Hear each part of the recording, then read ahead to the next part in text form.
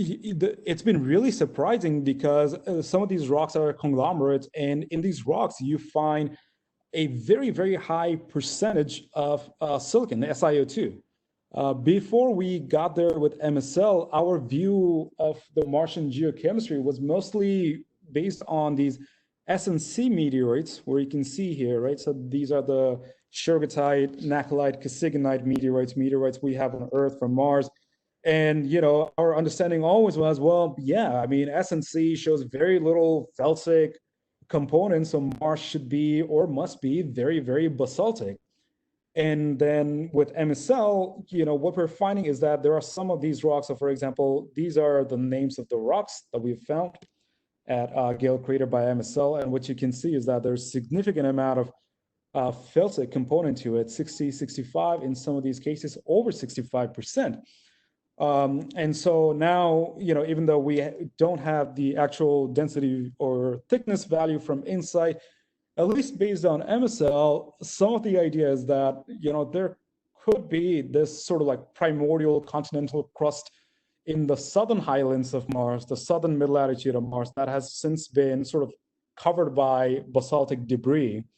And so it may have had similar to the moon, this sort of like a very felsic rich upper crust back in the day.